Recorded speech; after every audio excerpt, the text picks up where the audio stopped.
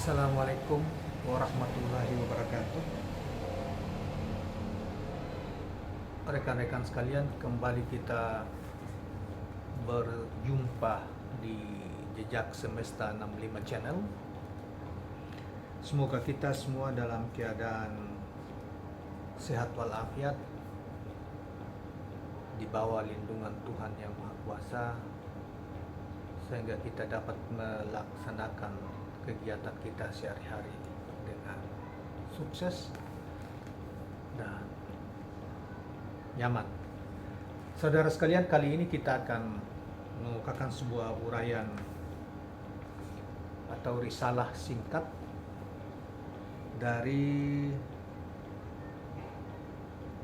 Jalaluddin Rumi, seorang ulama besar yang pernah juga kita sudah kutipkan beberapa esai singkat beliau di dalam video-video yang lain. Di dalam kitabnya yang mengenal dirinya, mengenal Tuhannya,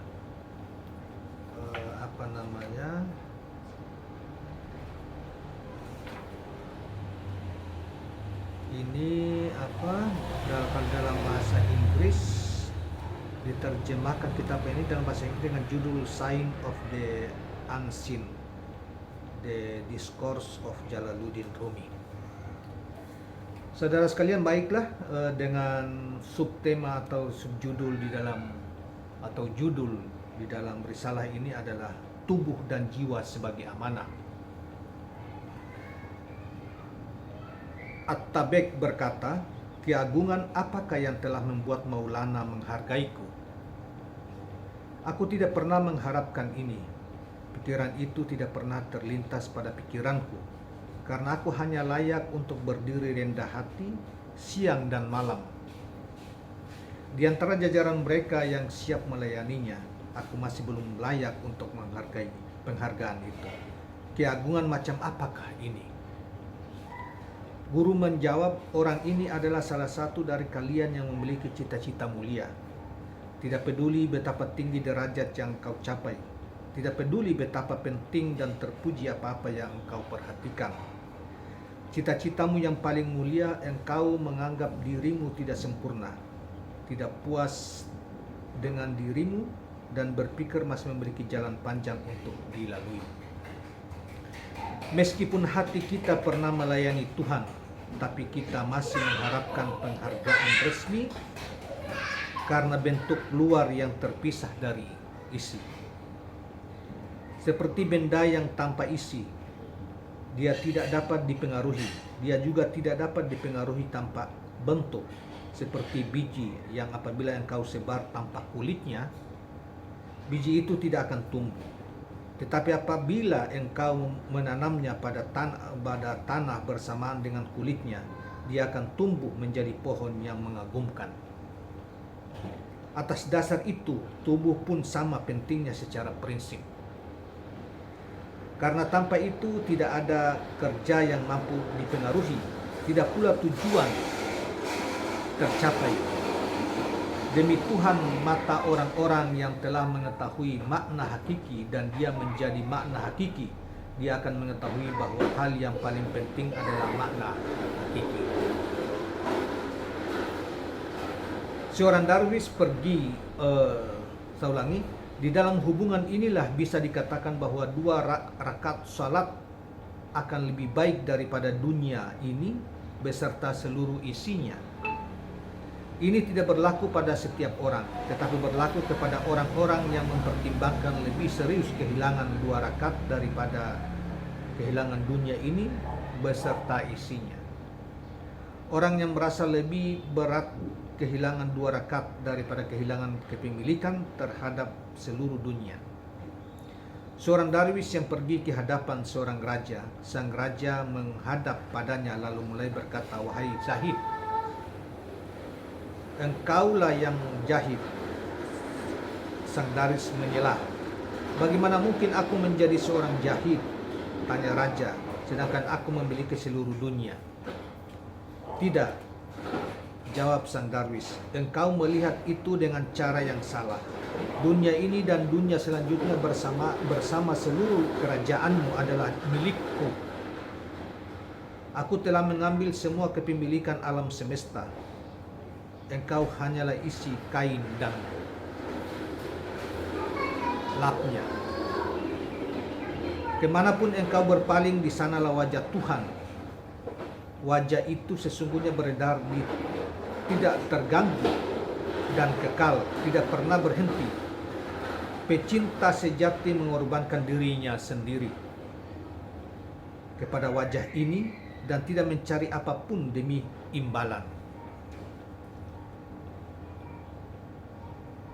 Sehingga sebagian besar dari mereka bagaikan ternak. Meskipun mereka bagaikan ternak, mereka pantas memperoleh kebaikan. Meskipun mereka berada di dalam kandang, mereka mampu diterima pemilik kandang. Apabila dia ingin, dia mampu memindahkan mereka dari kandang ini ke dalam kurungan pribadinya. Persis seperti yang dilakukannya pertama kali, dia membawa manusia dari ketiadaan menjadi makhluk yang berada, dan dari kurungan makhluk ke dalam kurungan mineral, dari kurungan mineral ke dalam kurungan kebinatangan, dari kurungan kebinatangan ke dalam kurungan kemanusiaan, dan dari kurungan kemanusiaan menjadi keadaan kemalaikatan, dan seterusnya tiada henti. Dia membuat semua itu mewujud karena dia memiliki begitu banyak kurungan yang masing-masing lebih indah dari yang lainnya.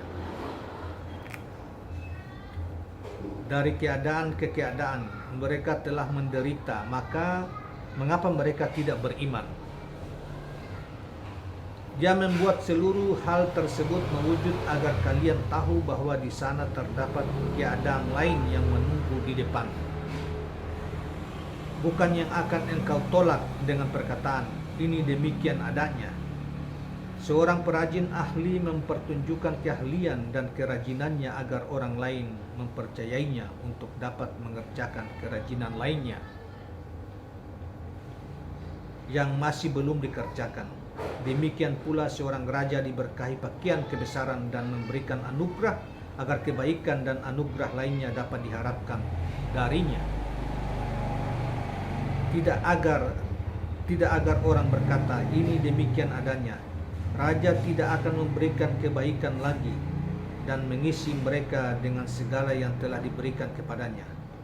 Apabila raja mengetahui apa yang akan dikatakan dan dipikirkan orang, dia tentu tidak akan pernah memberinya kebaikan sejak semula. Seorang juhud adalah seorang yang melihat hari kemudian, sedangkan seorang awam hanya melihat kandang di dunia. Dan para ahli mistik tidak melihat baik hari kemudian maupun kandang hari ini.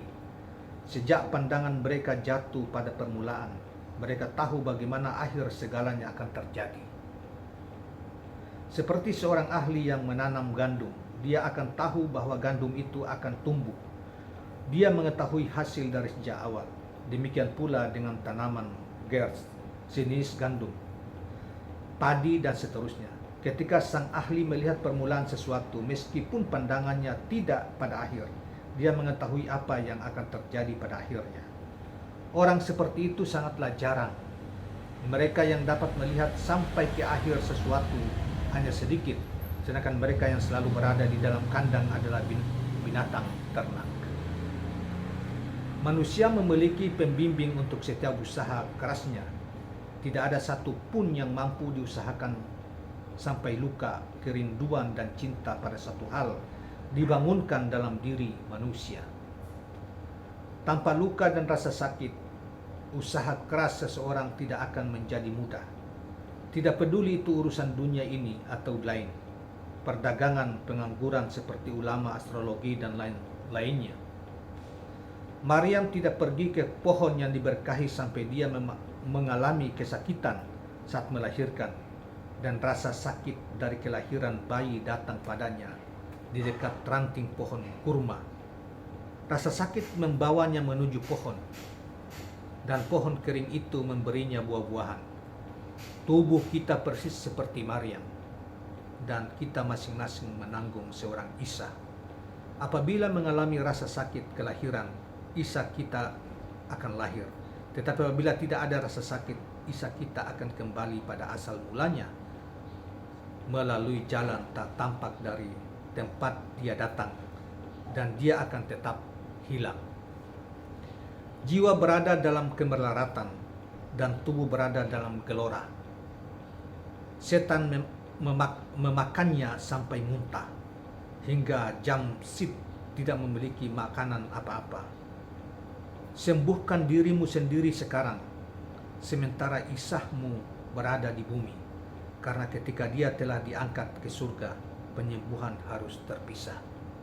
Saudara sekalian, demikianlah risalah singkat dari Jalaluddin Rumi. Mudah-mudahan kita bisa memahami apa yang dimaksud di dalam risalah tadi. Saudara sekalian, sedikit untuk mengomentari apa yang kita bacakan tadi, bahwa Jalaluddin Rumi sebagai seorang pemikir, seorang ahli tasawuf, dan seorang penyair yang agung, yang sangat terkenal. Dia juga mengekspresikan keyakinan dan pengetahuan sofistiknya di dalam bentuk seni tari yang sangat terkenal dan hingga kini masih dipraktikkan, terutama di beberapa negara di Timur Tengah maupun negara-negara yang mayoritas Muslim di bekas Uni Soviet, bahkan sampai ke di Herzegovina, di negara yang bekas pecahan Yugoslavia yang mayoritas Muslim. Tradisi Sufi yang yang diperkenalkan atau dalam bentuk tarian maupun masnawi atau syair-syair yang diperkenalkan oleh Jalaluddin Rumi penuh simbol dan memiliki makna yang terdalam. Misalnya seperti risalah yang tadi kita katakan, bahwa dengan diberi judul tentang jasad dan ruh adalah amanah atau kepercayaan, amanah tubuh. Oleh karena itu dia menekankan betapa pentingnya perhatian terhadap pemeliharaan terhadap jasad dalam bentuk jiwa dan ruh itu harus bersamaan, sehingga kedua-duanya kalau dibina dan tentunya dalam kerangka untuk memperkenalkan dalam bentuk pengetahuan supaya jasad dan roh ini bisa sampai ke hadirat Tuhan, mengenal Tuhan yang Maha Kuasa. Bahkan di sisi yang lain dikatakan bahwa mereka yang tidak mengetahui, diibaratkan dunia ini adalah kandang dan kita adalah binatang ini di dalamnya. Maka mestinya kita tidak boleh hanya berada di dalam kerangkeng ini, tetapi kita mesti dengan pengetahuan, dengan ilmu, dengan ibadah mengenal pemilik kandang itu atau pembuat kandang itu, sehingga kita bisa mengetahui bahwa kandang ini hanya bersifat sementara dan masih ada tujuan lanjutan.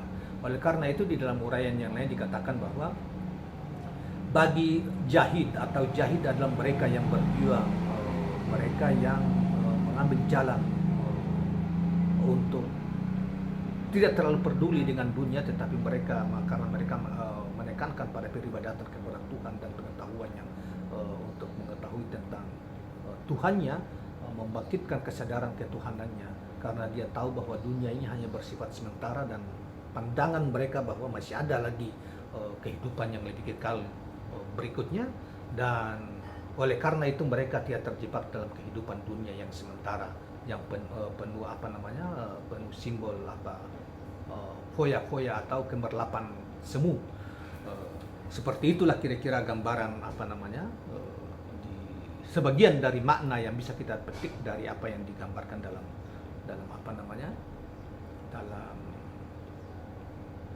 risalah singkat dari Jalaluddin Rumi tadi. Demikian juga karena itu dia sangat menekankan bahwa sekalipun mereka punya pandangan bahwa dunia ini hanya bersifat sementara dan masih ada kehidupan yang lebih agung setelahnya dan abadi setelahnya, dan ada juga pengetahuan yang agung, yaitu pengetahuan ketuhanan yang agung itu,